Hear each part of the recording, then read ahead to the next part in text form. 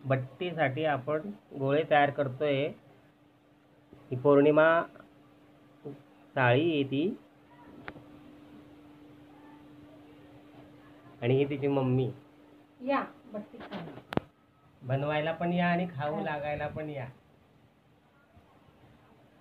बघा किती छान पद्धतीने व्यवस्थित करतायत दोघं। अशा पद्धतीने गोल गोल राऊंड करायचा आणि हे गोल झाल्यानंतर त्याच्यामध्ये थोडंसं तेल टाकून असं त्याला आकार द्यायचा,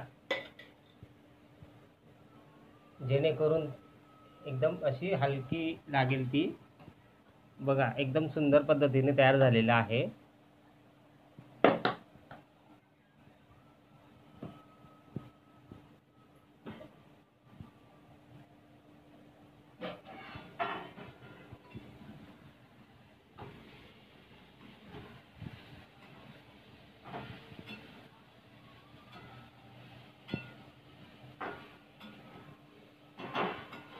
आपली वांग्याची पण भाजी तयार झालेली आहे।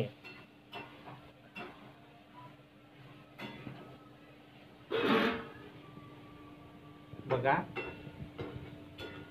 गोठलेली वांग्याची भाजी, जळगाव स्पेशल। खूप खूप आयटम बनवतोय आपण आज। अशा पद्धतीने आपण सर्व तयार करून घेणार आहोत।